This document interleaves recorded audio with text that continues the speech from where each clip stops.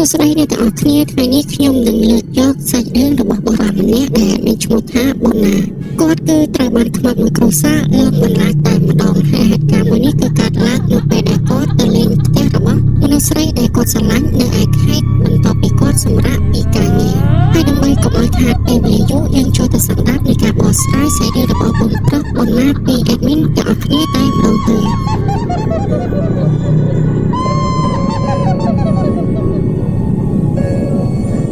ដំបូងឡើយបងប្រុសប៊ុនណាគាត់គឺជាបុគ្គលិកម្នាក់ធ្វើការនៅក្នុងអង្គការមួយកន្លែងនៅក្នុងប្រទេសរបស់យើងជាមួយនឹងមនុស្សស្រីម្នាក់ដែលមានឈ្មោះថាអារីក៏ជាបុគ្គលិកធ្វើការជាមួយនឹងបងប្រុសប៊ុនណាដែរ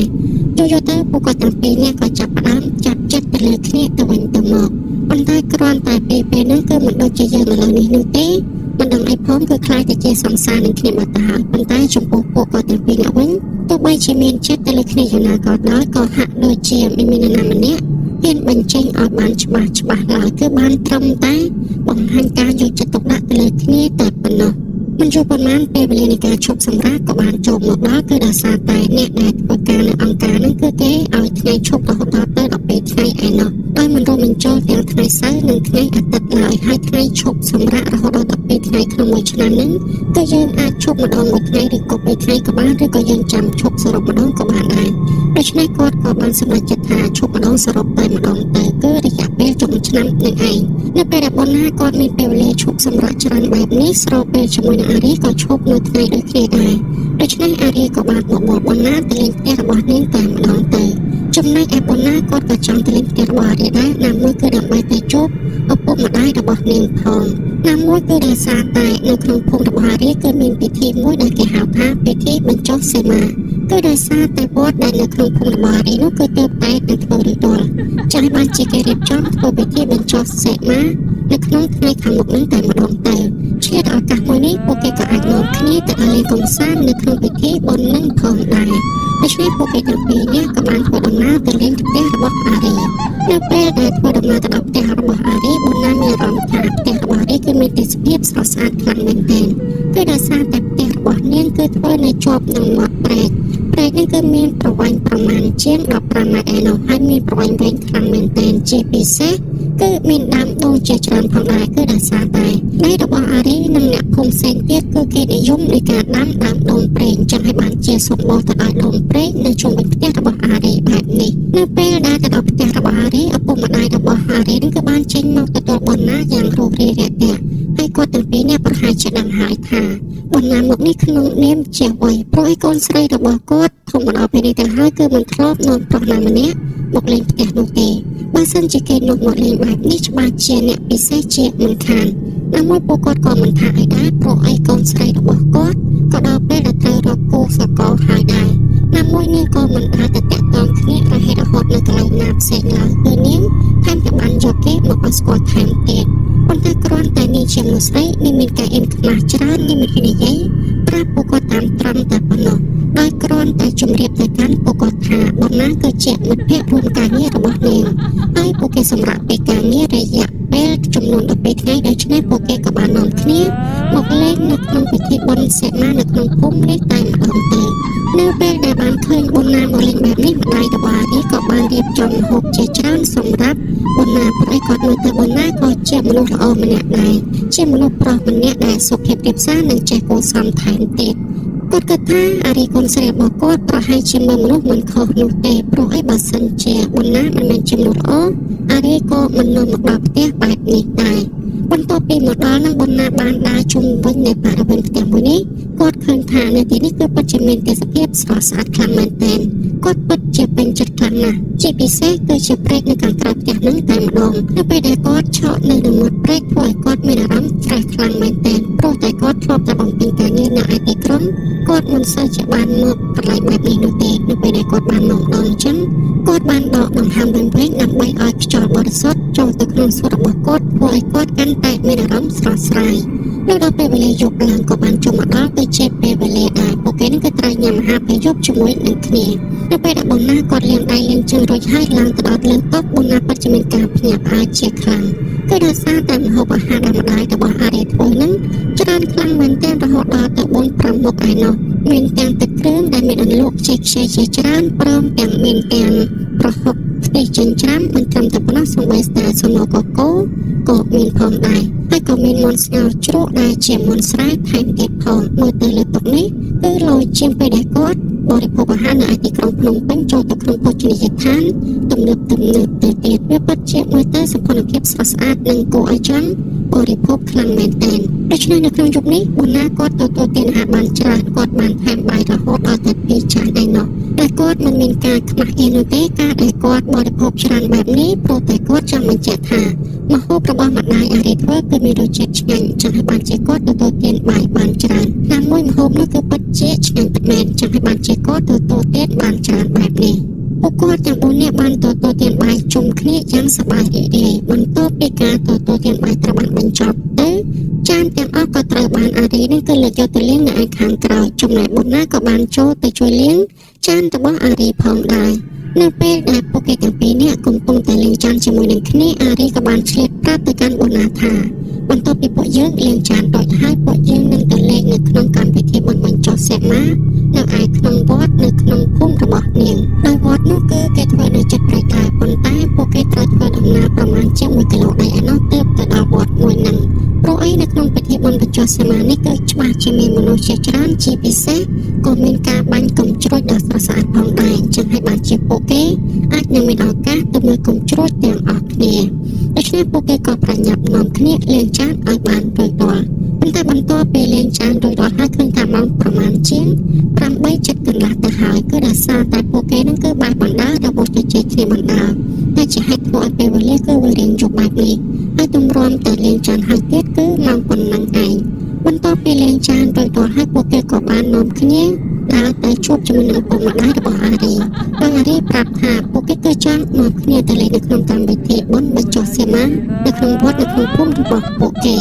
ឪពុកម្ដាយរបស់អារីបានអនុញ្ញាតឲ្យពួកគេទៅព្រោះអីក៏ដោយសារតែមានអ្នកភូមិជាច្រើនក៏បានទៅចូលរួមលេងជាមួយនឹងគ្នាដែរចឹងហើយបានជាគាត់មិនហាមពួកគេនោះទេគ្រាន់តែប្រាប់ឲ្យចេះប្រយ័ត្នប្រយែងខ្លួនតែប៉ុណ្ណោះប៉ុន្តែអារីគឺតែងខ្លួនយូរមែនទែនទម្រាំតែតែងខ្លួនរាល់ហ្នឹងគឺមកប្រហែលជាង9 កន្លះបាត់ទៅហើយ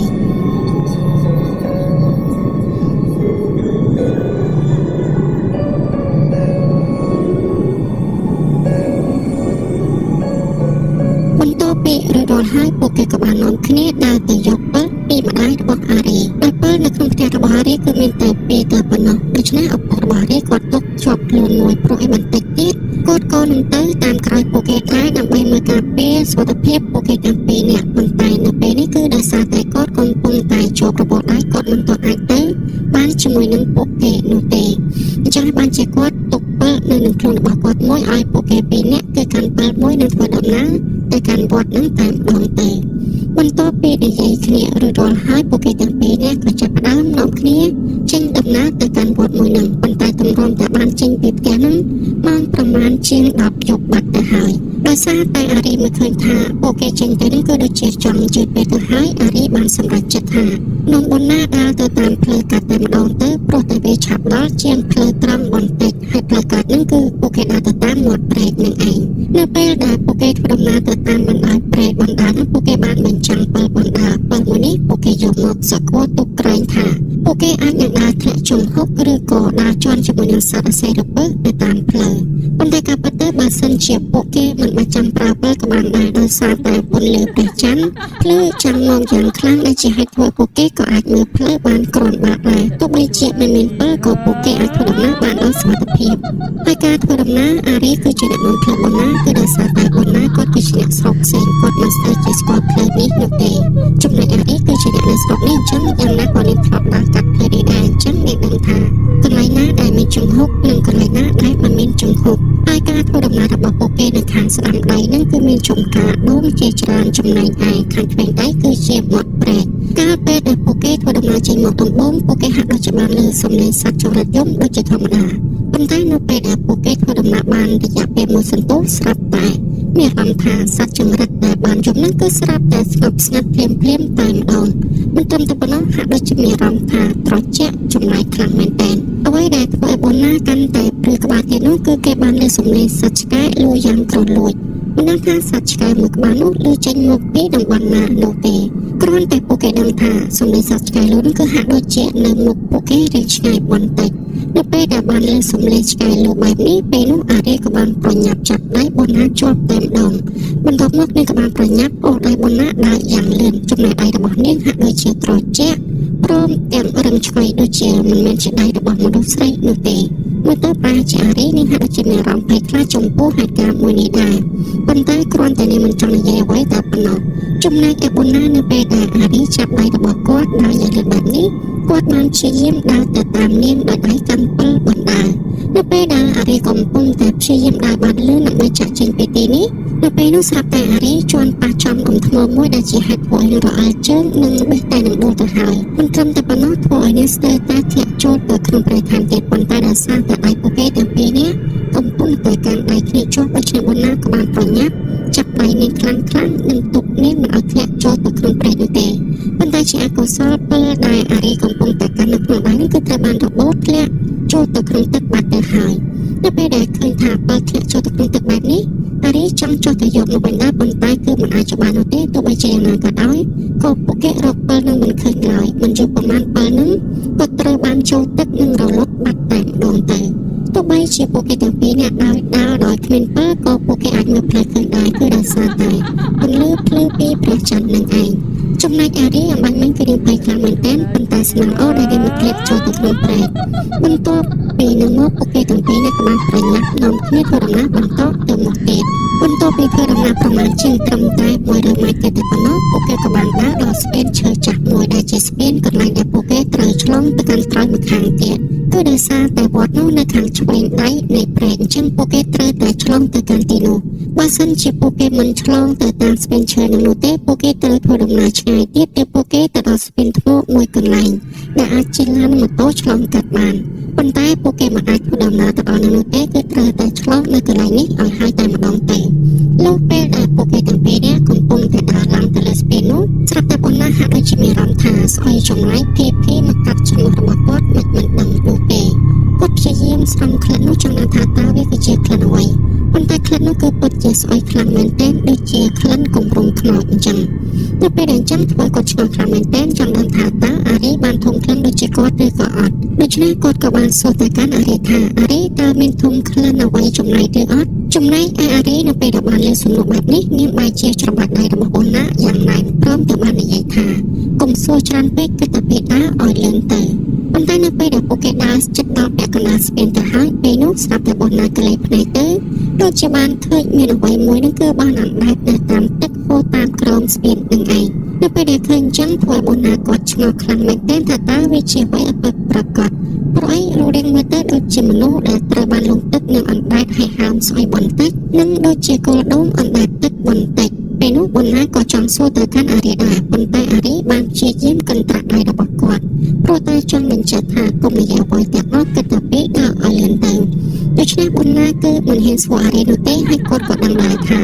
ប្រហែលជាអារីបានឃើញនៅរបស់នឹងអណ្ដែតទឹកដែរបានជានាងព្យាយាមកន្ត្រាក់ដៃគាត់កុំឲ្យនិយាយបែបនេះចំណែកឯនៅក្នុងចិត្តរបស់បូណាវិញគាត់គិតថាអ្វីដែលគាត់បានឃើញអណ្ដែតទឹកនេះប្រហែលជាគោលដងហើយព្រោះតែទីនេះគឺសម្បូរទៅដោយដើមដូងជាច្រើនហេតុនេះបានជាគាត់ដូចជាមិនសូវមានអារម្មណ៍ថាភ័យខ្លាចនោះទេផ្ទុយពីអារីវិញគឺដៃរបស់នាងចាប់ផ្ដើមរឹងឆ្វេងតាមដងដូចជាមនុស្សគ្មានវិញ្ញាណចឹងមិនត្រឹមតែប៉ុណ្ណោះហាក់ដូចជាត្រជាក់ថែមទៀតប៉ុន្តែបូណាក៏មិនហ៊ានសួរអ្វីច្រើនដែរព្រោះពួកគេទាំងពីរនេះកំពុងតែដើរកាត់នៅពេលយប់អញ្ចឹងគឺមានតែប្រញាប់ដើរឲ្យទៅដល់វត្តតែប៉ុណ្ណោះនៅពេលដែលពួកគេទៅដល់វត្តពួកគេច្បាស់ជាបានជួបជាមួយនឹងមនុស្សជាច្រើនដូច្នេះការភ័យខ្លាចនឹងលែងមានសម្រាប់ពួកគេបន្តទៅទៀតហើយនៅពេលដែលឆ្លងស្ពានរៀបតែនឹងផុតទៅហើយស្រាប់តែបូណាដូចជាបានលើសំឡេងមនុស្សកំពុងតែរត់មកពីក្រោយខ្នងរបស់គាត់ហើយសំឡេងនោះគឺលើសូរទឹកកាន់តែចិត្តទៅដែលធ្វើឲ្យបូណាមិនអាចទប់ចិត្តបានគាត់ក៏បានងាកមើលទៅខាងក្រោយប៉ុន្តែបែរជាមិនបានឃើញអ្វីទាំងអស់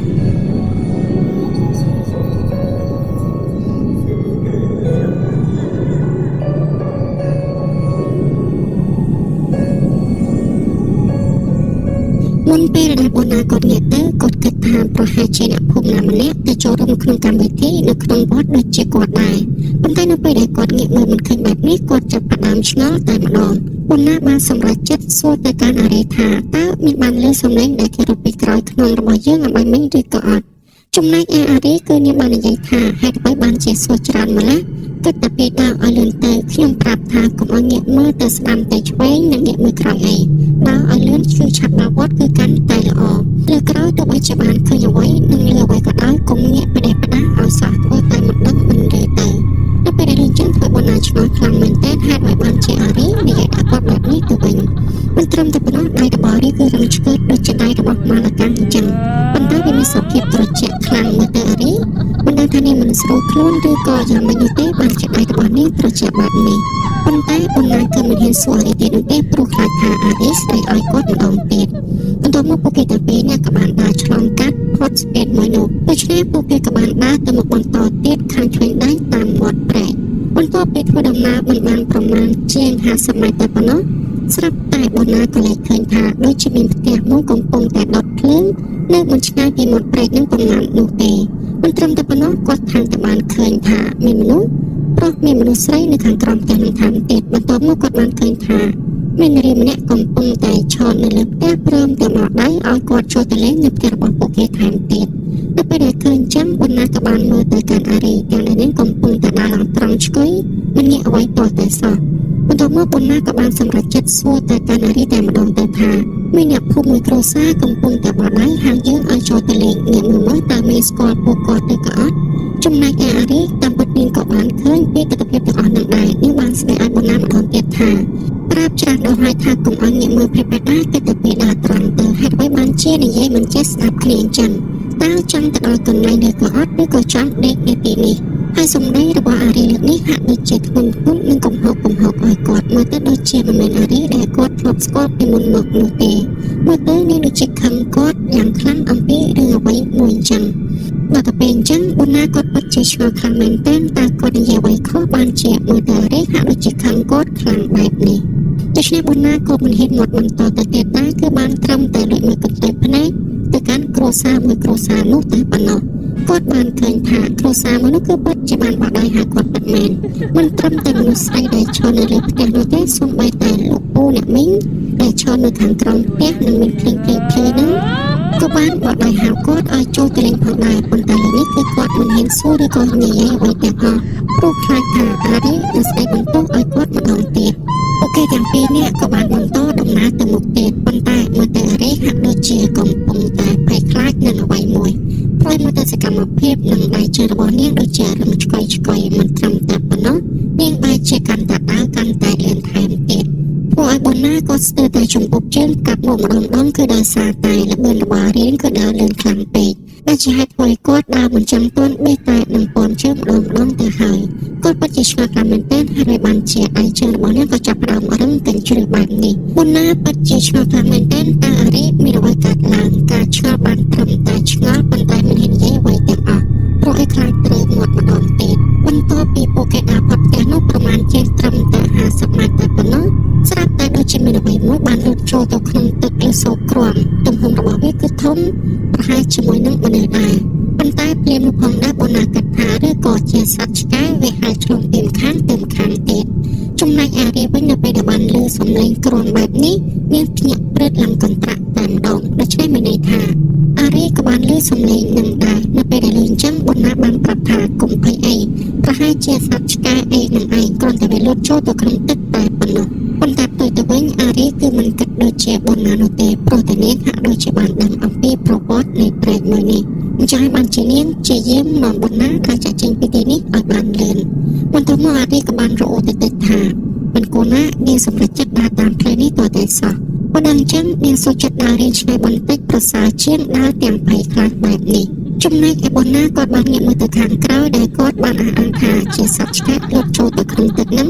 ប៉ុន្តែបែរជាមិនបានឃើញទឹកហ្នឹងគឺមានរលកតទៅសោះមើលទៅទឹកហាក់ដូច ជាមានភាពស្ងប់ស្ងាត់ធម្មតាទាំងដែលសម្លេងលុបចូលទៅក្នុងទឹកគឺគាត់ទៅតែនឹងបានលើអត់បានមានសោះហេតុអ្វីបានជាវា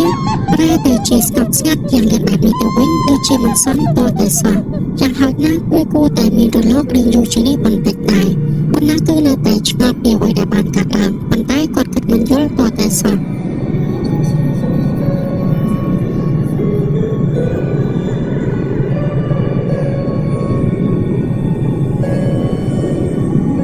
យ៉ាងណាក៏ដោយក៏ពួកគេទាំងពីរនាក់ព្យាយាមស្រដំណើរចាក់ចេញពីទីនេះឲ្យបានលឿនព្រោះឯមិនយូរប៉ុន្មាននោះទេពួកគេនឹងធ្វើដំណើរទៅដល់វត្តជាមិនខាននៅពេលដែលពួកគេទាំងពីរនាក់ដើរយ៉ាងលឿនទៅដល់កន្លែងមួយដែលមានដើមត្នោត3ដើមដុះជាប់គ្នាពេលនោះ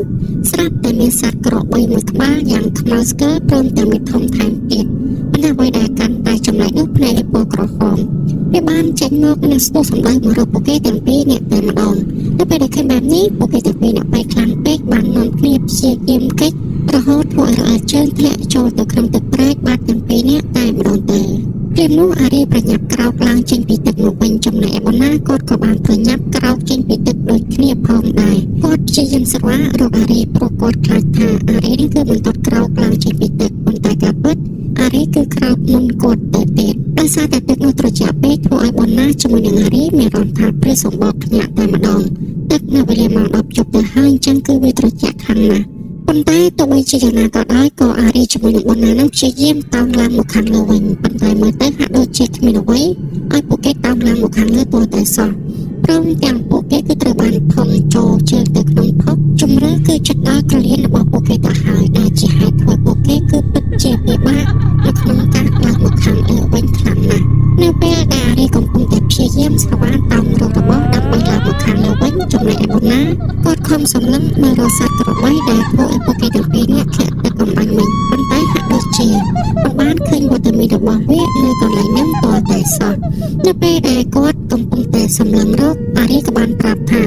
មិនចាំបាច់សម្លឹងរកសត្វក្របីអំបានមិញនោះទេតើមានក្របីឯណាទាំងយប់រត់មករកមនុស្សបែបនេះទៅជាពិសេសវាមានភ្នែកពណ៌ក្រហមទៀតតើមានសត្វក្របីឯណាដែលមានភ្នែកពណ៌ក្រហមបែបនេះតើលោកក៏បានឃើញសត្វក្របីបែបនេះដែរទេចំណែកឯបូណាក៏បានប្រញាប់ឆ្លើយទៅវិញថាគាត់មិនធ្លាប់បានឃើញសត្វក្របីដែលមានភ្នែកពណ៌ក្រហមបែបនេះឡើយចាំពេលបានជាគាត់ចង់ដឹងថាតើហេតុអ្វី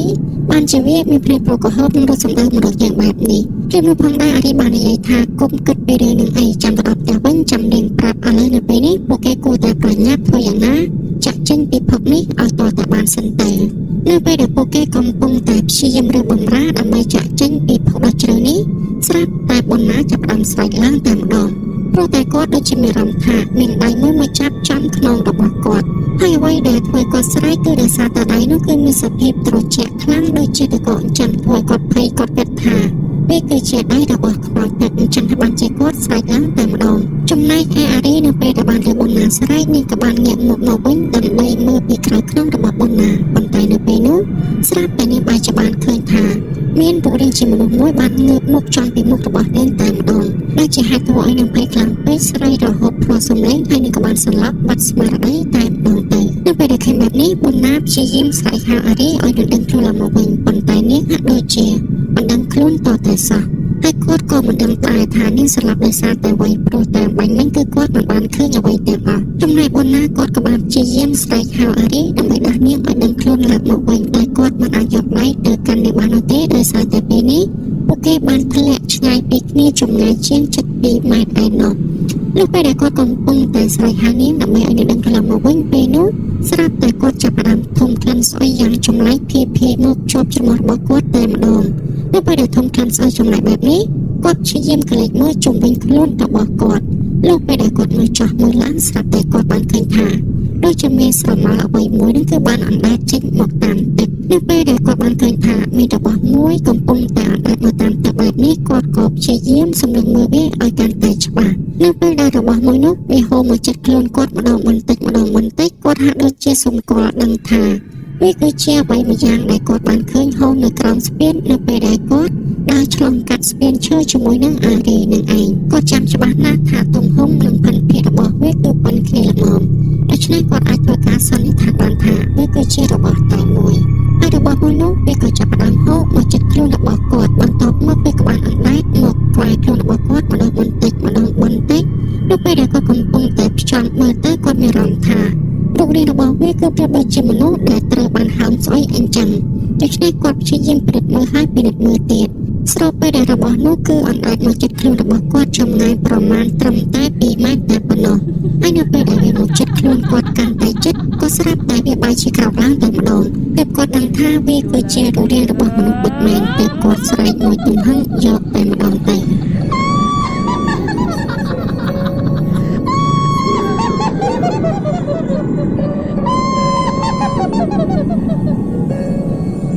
ចៃដន្យបែរជាមានមនុស្សប្រុសពីរនាក់ដែលទើបតែនឹងធ្វើដំណើរមកពីកន្លែងពិធីបុណ្យហ្នឹងទាំងដែលស្រវឹងត្រេកត្រោតបានដើរឆ្លងកាត់ទីនេះហើយក៏បានឮសំឡេងរបស់បុណ្ណាស្រ័យនៅពេលដែលបានឮសំឡេងមនុស្សស្រ័យខ្លាំងៗបែបនេះបុរសម្នាក់នៅក្នុងចំណោមពួកគេទាំងពីរនាក់ហ្នឹងបានប្រាប់ថានៅទីនោះប្រហែលជាមានមនុស្សហើយនាំគ្នាប្រញាប់រត់ទៅមើលពេលនោះផងដែរពួកគេទាំងពីរនាក់ក៏បានប្រញាប់នាំគ្នារត់មកមើលនិងមកដល់កន្លែងដែលបានឃើញបុណ្ណានៅក្នុងទឹកនឹងឯងនៅពេលដែលបានឃើញចឹងពេលនោះស្រាប់តែបុរសម្នាក់ទៀតបាននិយាយថាយើងប្រាប់ហើយថាកុំឲ្យមកតាមផ្លូវនេះតែមកតាមផ្លូវនេះគឺត្រូវបានខ្មោចឡងចឹងយើងបានប្រាប់ឯងរួចហើយថាដល់កាលនៅទីនេះនៅពេលយប់គឺវាសម្បូរខ្មោចឡងខ្លាំងណាស់ប៉ុន្តែឯងមិនជឿទេទោះតែខ្មោចឡងចឹងបានឯងឃើញទាល់នឹងភ្នែកប៉ុន្តែបុរសម្នាក់ទៀតគាត់មិនគិតថាខ្មោចឡងនោះទេគាត់គិតថាជាមនុស្សហើយនៅពេលដែលមិត្តភក្តិរបស់គាត់បំរុះនឹងរត់គាត់ក៏បានចាប់ដៃជាប់ព្រោះអីគាត់ជឿជាក់ថាសំឡេងដែលគាត់បានឮនេះគឺជាសំឡេងរបស់មនុស្សយ៉ាងពិតប្រាកដព្រមទាំងបានឃើញថាមានមនុស្សពីរនាក់នៅក្នុងទឹកថែមទៀតអញ្ចឹងហើយបានជាគាត់ចាប់ដៃគ្នារបស់គាត់ជាប់កុំឲ្យរត់ទៅណារងចាំមើលឲ្យច្បាស់សិនមិត្តភក្តិរបស់គាត់ម្នាក់ទៀតដោយសារតែស្រវឹងរៀងត្រេកត្រោតដែរដូច្នេះគាត់គ្មានកម្លាំងនឹងរើបំរាស់នោះទេគឺមានតែធ្វើតាមមិត្តភក្តិរបស់គាត់ម្នាក់ទៀតតែប៉ុណ្ណោះមូលហេតុដែលមិត្តភក្តិរបស់គាត់ម្នាក់ទៀតមើលរៀងច្បាស់ជាងដោយសារតែមិត្តភក្តិរបស់គាត់ម្នាក់ទៀតគឺមិនសូវជាស្រវឹងឡើយដោយសារតែគាត់ផឹកមិនសូវជាច្រើនដូចមិត្តភក្តិរបស់គាត់ដែលព្យាយាមរត់នឹងឯងបន្ទាប់មកបុរសម្នាក់គាត់ក៏បានប្រញាប់ស្រែកសួរទៅកាន់បុណ្ណាថាតើជាមនុស្សឬក៏ជាខ្មោចហ្នឹងចំណែកបុណ្ណានៅពេលដែលបានឮសំឡេងមនុស្សស្រែកសួរបែបនេះធ្វើឲ្យគាត់សប្បាយចិត្តជាខ្លាំងព្រោះគាត់គិតថាមានមនុស្សអាចមកជួយពួកគេទាំងពីរនាក់បានហើយគាត់បានប្រញាប់ឆ្លើយទៅកាន់បុរសម្នាក់នោះវិញថាគាត់គឺជាមនុស្សហើយសូមជួយគាត់ផងព្រោះឲ្យពួកគាត់ទាំងពីរនាក់គឺត្រូវបានជាប់នៅក្នុងភក់នេះទៅហើយនៅពេលដែលលើអញ្ចឹងបុរសម្នាក់ដែលមិនមានបំណងចង់រត់នឹងក៏ប្រាប់ថាឃើញទេយើងថាជាមនុស្សគឺមនុស្សពិតមែនហើយប៉ុន្តែមិត្តភក្តិរបស់គាត់ហាក់ដូចជាមានការខ្លាចរអាព្រោះគាត់គិតថាតើមនុស្សឯណាទៅបែរជាមនុស្សក្នុងទឹកទាំងយប់បែបនេះទៅវិញចឹងគាត់ក៏នៅតែមិនជឿថាជាមនុស្សដែរហើយនៅពេលដែលមិត្តភក្តិរបស់គាត់ទាញដៃចូលទៅដើម្បីមើលទាំងអស់គ្នាគឺគាត់មិនព្រមទៅនោះទេគឺគាត់នៅក្រាញនៅនឹងចិញ្ចើមផ្លូវនឹងតែម្ដងប៉ុន្តែត្រូវបានមិត្តភក្តិរបស់គាត់ដែលមិនសូវជាស្រវឹងនឹងក៏បានចាប់លើកទៅទាំងអស់គ្នាតែម្ដងទៅលុះពេលដែលចូលទៅដល់ចិត្តទៅដឹងថាពួកគេទាំងពីរនាក់គឺពិតជាមនុស្សយ៉ាងពិតប្រាកដមែនចំណែកបុណ្ណាក៏បានសូមឲ្យពួកគាត់ទាំងពីរនាក់ជួយទៅដល់អារីផងព្រោះឯពេលនេះគឺអារីនាងបានសម្លាប់បាត់ទៅហើយប៉ុន្តែខ្លួនរបស់នាងនៅឈរត្រឹមដោយសារតែខ្លួនរបស់នាងគឺនៅជាប់ជាមួយនឹងភពនឹងឯងនៅពេលដែលពួកគាត់ទាំងពីរនាក់ប្រកាសនៅក្នុងចិត្តថាពួកគេគឺពិតជាមនុស្សពិតមែនគាត់ក៏បានស្រែកសួរថាតែចុះពួកឯងទាំងពីរនាក់នេះគឺជាកូនចៅរបស់អ្នកណាគេបានជានាំគ្នាមកជាប់នៅក្នុងភពបែបនេះទៅវិញព្រមនោះបុណ្ណាក៏បានប្រញាប់ឆ្លើយថាខ្ញុំមានឈ្មោះថាបុណ្ណាចំណែកឯនាងគឺមានឈ្មោះថាអារីនៅពេលដែលពួកគាត់លើកថាឈ្មោះអារីគឺគាត់បានស្គាល់ថានេះគឺជាកូនស្រីរបស់អ្នកភូមិរបស់គាត់ហើយក៏ជាមិត្តភក្តិរបស់គាត់ផងដែរនៅពេលដែលគាត់បានដឹងថាពួកគេគឺជាកូនចៅអ្នកភូមិរបស់គាត់ដូច្នេះគាត់ក៏បានព្យាយាមរករបស់របរដើម្បីជួយទាញបុណ្ណាមុនគឺដោយសារតែបុណ្ណាអត់ស្រវឹងបើសិនជាគាត់ជួយបុណ្ណាមុនដូច្នេះបុណ្ណានឹងអាចជួយនាងតាមក្រោយទៀតបានពួកគាត់ទាំងពីរនាក់គឺស្រវឹងទៅហើយប្រហែលជាមិនអាចជួយនាងបាននោះទេ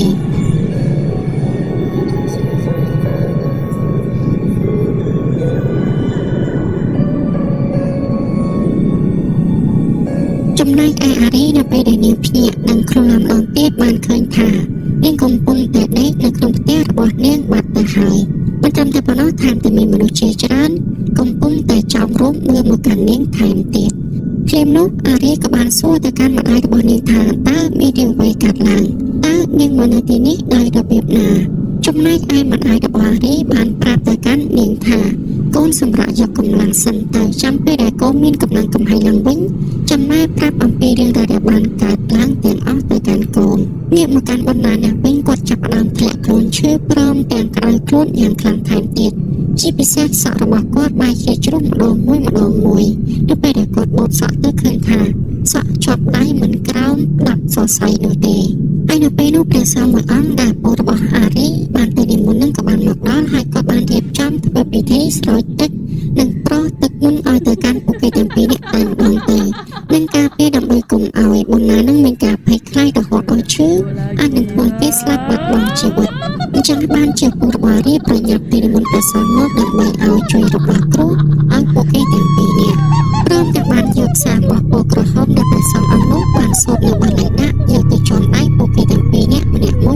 យដើម្បីការពារកុំឲ្យវិញ្ញាណខ្មោចដែលបានលងពួកគេកាលពីយុគមិញហ្នឹងមកតាមពួកគេទៀតព្រោះឯខ្លាំងថាវិញ្ញាណខ្មោចនោះគឺមានបំណងចង់យកជីវិតរបស់ពួកគេទាំងពីរនាក់នឹងឯងរយៈពេល2ថ្ងៃបន្ទាប់ឃើញថាសភាពរបស់ពួកគេក៏បានត្រឡប់មកកាន់សភាពដើមវិញដូច្នេះពួកគេក៏លែងមានការភ័យខ្លាចព្រមទាំងឈឺថ្កាត់អ្វីទៀតហើយជាឱកាសមួយនេះបណ្ណាក៏បានសួរទៅកាន់ម្ដាយរបស់អារីថាតើនៅទីនោះមានអ្វីកើតឡើងបានជាពួកគេត្រូវបានខ្មោចលងបន្លាចបែបនេះអញ្ចឹងចំណែកឯម្ដាយរបស់អារីបានប្រាប់ឲ្យបណ្ណាអង្គុយចុះគាត់នឹងនិយាយរឿងរ៉ាវមួយនេះប្រាប់ទៅកាន់បណ្ណាប៉ុន្តែគ្រាន់ថារឿងរ៉ាវមួយនេះគឺវាវែងឆ្ងាយខ្លាំងណាស់ដូច្នេះគាត់នឹងនិយាយអំពីដំណើររឿងដើមឡើយទាំងអស់ប្រាប់ទៅកាន់បណ្ណាតែម្ដងដូចបែបនេះបណ្ណាក៏បានឡើងទៅអង្គុយនៅលើគ្រែបន្ទាប់មករងចាំស្ដាប់អំពីរឿងរ៉ាវដែលម្ដាយរបស់អារីនឹងប្រាប់គាត់នៅក្នុងពេលបន្តិចទៀតនេះហើយម្ដាយរបស់អារីគាត់បាននិយាយថាការពិតទៅនៅជាប់ព្រែកដែលនៅជិតស្ពាននឹងគឺមានផ្ទះមួយដែលមានគ្រួសារមានសមាជិកប្រមាណជាង6នាក់រស់នៅហើយពួកគេរស់នៅតាំងពីពេលដែលគាត់នៅក្រមុំមកម្លេះប៉ុន្តែនៅព្រឹកមួយស្រាប់តែមានអ្នកភូមិបានស្រែកផ្អើលឈូឆរឡើងគឺដោយសារតែគេបានឃើញថាសមាជិកគ្រួសារទាំង6នាក់ហ្នឹងគឺបានស្លាប់បាត់បង់ជីវិតអស់បាត់ទៅហើយពួកគេមិនដឹងថាតើមានអ្វីកើតឡើងឲ្យពិតប្រាកដទៅលើគ្រួសារនឹងនោះទេអ្នកខ្លះនិយាយថាពាក់ព័ន្ធជាមួយនឹងរឿងរ៉ាវគំនុំប៉ុន្តែអ្នកខ្លះបាននិយាយថាគឺមានចោរចូលប្លន់គ្រួសាររបស់ពួកគេទាំង6នាក់ហ្នឹងហើយក៏បានសម្លាប់ពួកគេទាំងអស់តែម្ដងទៅដោយអ្នកខ្លះគឺស្លាប់នៅលើផ្ទះចំណែកឯអ្នកខ្លះវិញគឺស្លាប់នៅខាងក្រោមផ្ទះប៉ុន្តែអ្នកខ្លះគឺរត់ឆ្ងាយពីផ្ទះបន្តិចមើលទៅប្រហែលជានៅពេលដែលត្រូវរបួសនឹងគេព្យាយាមវាចេញដើម្បីរកឲ្យអ្នកភូមិជួយប៉ុន្តែដោយសារតែរបួសធ្ងន់គេអាចនឹងដាច់ចោលស្លាប់នៅតាមផ្លូវអញ្ចឹងគេស្លាប់រៀងឆ្ងាយពីផ្ទះដែលនៅជិតស្ពាននឹងឯងនៅពេលដែលបានបែបនេះបណ្ណាគាត់ចាប់ផ្ដើមនៅឃើញថាប្រហែលជាផ្ទះមួយដែលគាត់បានឃើញថាមានសមាជិក4 5 6នាក់និងមានភ្លើងព្រមទាំងបានបដៃហៅគាត់កាលពីយប់នឹងឯងចំណែកម្ដាយរបស់អារីក៏ចាប់ផ្ដើមនិយាយបន្តទៀតថាអ្នកភូមិទាំងអស់បានដាក់ការសង្ស័យទៅលើការស្លាប់មួយគ្រួសារនឹងថាជាគំនុំប៉ុន្តែអ្នកខ្លះគឺគិតថាជាករណីផ្លាត់ទៅវិញ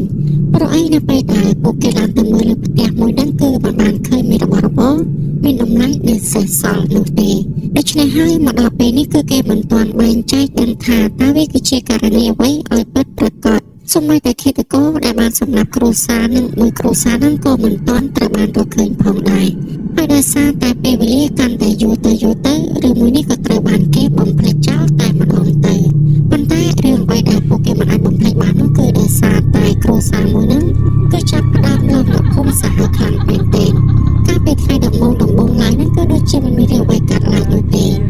ប៉ុន្តែបន្ទាប់ពី7ថ្ងៃក្រោយមកក៏ស្រាប់តែអ្នកភូមិមួយចំនួនដែលបានឆ្លងកាត់ពេលនេះនៅពេលយប់ចាប់ផ្ដើមឃើញមានរឿងរ៉ាវប្លែកៗជាច្រើនដែលពួកគេជឿថាគឺជាវិញ្ញាណខ្មោចរបស់គ្រួសារដែលបានស្លាប់នឹងគឺលងបន្លាចពួកគេនឹងហើយអ្នកខ្លះនៅពេលដែលបណ្ដាកង់កាត់ស្ពានឈើនៅពេលយប់បែរជាបាននឹងសម្លេងមនុស្សរត់តាមពីក្រោយប៉ុន្តែនៅពេលដែលពួកគេ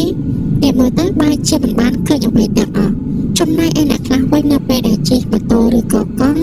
កាត់នៅពេលយប់ឬសម្លេងដូចជាមានមនុស្សលោតចូលទៅក្នុងទឹកអញ្ចឹងលុះពេលដែលពួកគេងាកមើលទៅបែរជាមិនបានឃើញអ្វីទាំងអស់ទៅវិញពួកម្នាក់ក៏ចាប់ផ្ដើមព្រឺក្បាលយូរទៅគេក៏លែងហ៊ានដើរកាត់នោះបន្តទៅទៀត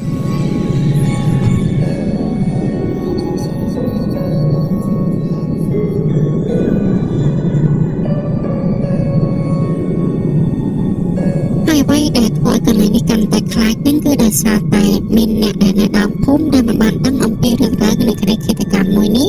ពួកគេបានជិះទូកកាត់នេះនៅពេលយប់គឺពួកគេគឺជាអ្នករកត្រីនឹងឯងឃើញថាពួកគេគឺរកត្រីបានច្រើនខ្លាំងមែនទែនល្មមនឹងអាចយកមកលក់ឲ្យអ្នកភូមិនេះបានលុះពេលម៉ោងប្រហែលជា7 យប់ពួកគេបានធ្វើដំណើរកាត់នេះដើម្បីយកត្រីយកមកលក់ឲ្យអ្នកភូមិប៉ុន្តែនៅពេលនោះផ្ទះដែលនៅជិតស្ពានឈើមួយនឹងបែរជាមានមនុស្សអ៊ូអរកំពុងតែនិយាយគ្នាមិនត្រឹមតែប៉ុណ្ណោះមាននារីម្នាក់បានដើរមករកពួកគេនិងហៅពួកគេឲ្យឈប់ថែមទៀត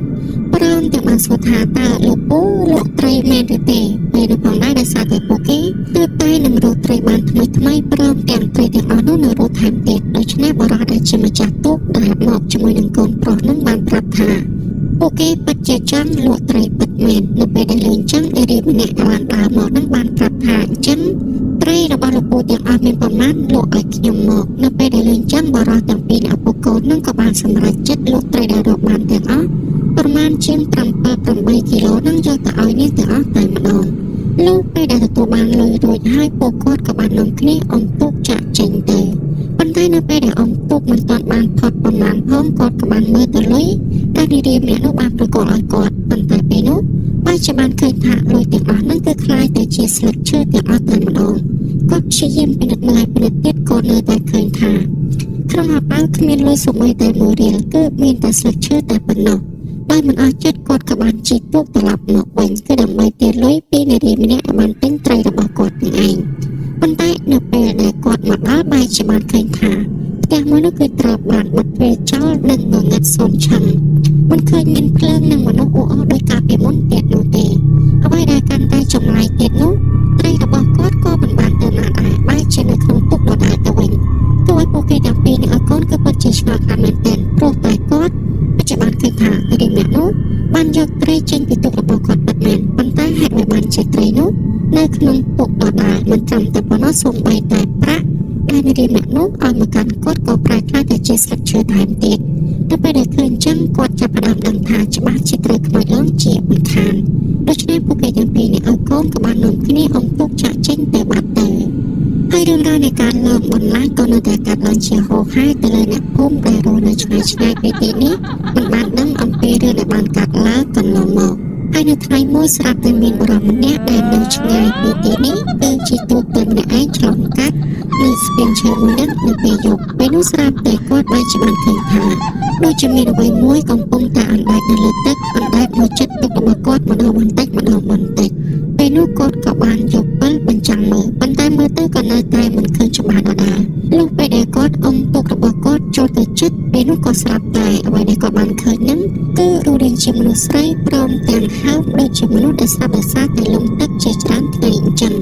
មិនត្រឹមតែប៉ុណ្ណោះវាថែមទាំងបានយកដៃរបស់វាទាញទូករបស់គាត់ធ្វើឲ្យគាត់ធ្លាក់ចុះទៅលើទូកថែមទៀតប៉ុន្តែស្មារតីដែលគាត់ព្យាយាមហែកទៅកាន់ច្រាំងទាន់ពេលវេលាហើយគាត់ក៏បានស្រែកឆាឡើងដើម្បីឲ្យអ្នកភូមិជួយចំណែកឯអ្នកភូមិដែលបានលើសំឡេងមនុស្សស្រីឲ្យជួយបែបនេះពួកគេក៏បាននាំគ្នាប្រញាប់រត់ទៅមើលចង់ដឹងថាតើមានរឿងអ្វីកើតឡើងដំបូងឡើយពួកគេគិតថាអាចនឹងត្រូវបានចោលផ្លាត់នរណាម្នាក់ប៉ុន្តែនៅពេលដែលចូលទៅដល់និងជួបជាមួយនឹងបុរសម្នាក់នឹងបែរជាគាត់ប្រាប់ថាគាត់ត្រូវបានខ្មោចឡងចំណែកទូករបស់គាត់ក៏ត្រូវបានលិចនៅក្នុងទឹកប៉ុន្តែវាមិនបានលិចចូលទៅដល់បាតនោះទេគឺវាគ្រាន់តែក្រឡាប់ទូករបស់គាត់តែប៉ុណ្ណោះហើយអ្នកភូមិក៏បាននាំគ្នាទៅជួយស្រង់ទូករបស់គាត់យកមកវិញព្រមទាំងយកគាត់នឹងទៅកាន់វត្តដើម្បីឲ្យលោកជួយស្រោចទឹកឲ្យរឿងរ៉ាវនៃការលើកបន្លែមួយនេះក៏ចាប់ផ្ដើមលើទៅដល់អ្នកភូមិកាន់តែខ្លាំងធ្វើឲ្យគ្មាននរណាម្នាក់ហ៊ានដើរឆ្លងកាត់ទីនេះនៅពេលយប់នោះទេហើយរឿងរ៉ាវនៃការលើកបន្លែនេះក៏មិនទាន់អស់ដែរអ្នកដែលមានផ្ទះនៅក្បែរនឹងនៅពេលយប់ឡើងនឹងពួកគេបានលើសំឡេងមនុស្សអ៊ូអរអ្នកនិយាយគ្នាពេលដែលពួកគេមើលទៅតាមបង្អួចពីចម្ងាយទៅឃើញថាមានភ្លើងភ្លឺនៅផ្ទះមួយនឹងផ្ទះដែលពួកគេបានដឹងហើយថានៅផ្ទះនេះគឺមិនមានមនុស្សស្នាក់នៅទៀតនោះទេដូច្នេះមានន័យថាច្បាស់ជាខ្មោចរបស់គ្រួសារនឹងចាប់ផ្ដើមចេញជាមិនខានអញ្ចឹងហើយបានជាពួកគេមើលទៅឃើញថាមានមនុស្សកំពុងតែរស់នៅបែបនេះបើសារតែអ្នកដែលនៅក្បែរនឹងតែឃើញហេតុការណ៍ចំណុចបែបនេះដូច្នេះពួកគេគឺនៅមិនបាននោះទេពួកគេបាននាំគ្នារើផ្ទះចេញពីនឹងអស់បាត់តែម្ដងទៅដែលជាហេតុធ្វើឲ្យនៅសល់តែផ្ទះមួយនឹងតែប៉ុណ្ណោះដោយគ្មានអ្នកម្នាក់ហ៊ានទៅប៉ះពាល់វាឡើយព្រោះអ្នកដែលហ៊ានទៅប៉ះពាល់ផ្ទះនោះច្បាស់ សារនោះមកលងបន្លាយពួកគេជាមិនខានហើយដោយសារតែការលងបន្លាយបែបនេះអ្នកភូមិក៏បានស្រោះស្រួលគ្នាទៅនិមន្តព្រះសង្ឃជាច្រើនអង្គមកឲ្យសូត្រមន្តនៅផ្ទះមួយនឹងតែម្ដងដើម្បីឲ្យវិញ្ញាណរបស់ពួកគេទៅចាប់កំណើតថ្មីប៉ុន្តែបន្ទាប់ពីព្រះសង្ឃ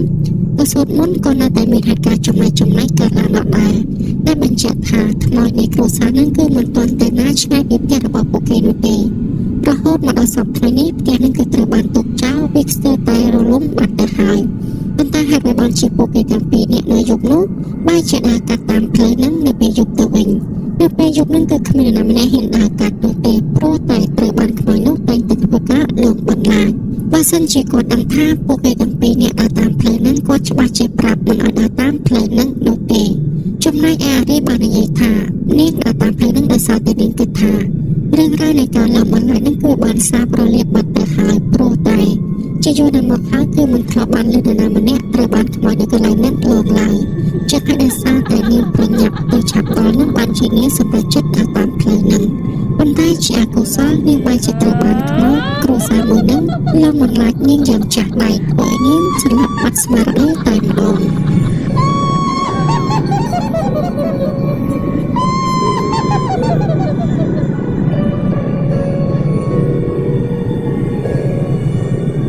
ហើយម្ដាយរបស់រីគាត់ក៏បានបន្តថែមទៀតថាអ្នកភូមិកំរត់ធ្វើដំណើរតាមផ្លូវនឹងនៅពេលយប់ណាលុះត្រាតែមានការងារសំខាន់ដែលមិនអាចខានបានទៅពួកគេសម្រេចចិត្តធ្វើដំណើរទៅតាមផ្លូវនឹង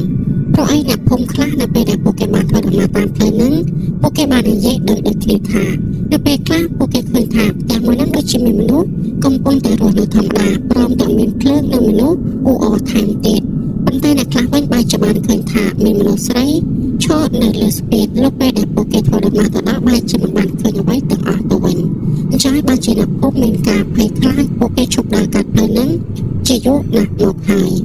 ចំណែកឯបុនណានៅពេលដែលគាត់បានដឹងអំពីរឿងរ៉ាវទាំងអស់នេះហើយគាត់ក៏បានលងមាត់ថាបើសិនជាគាត់ពិតជាបានដឹងថានៅទីនេះធ្លាប់មានរឿងរ៉ាវបែបនេះកើតឡើងពិតមែនគាត់មិនប្រថុយដើរទៅតាមផ្លូវនឹងនោះទេ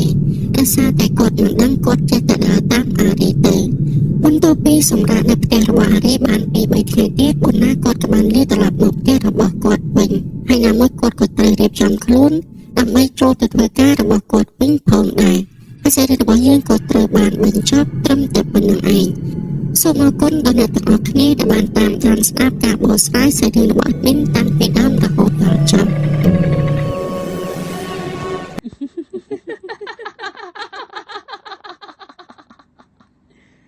Kenapa tak tidur lagi, ha?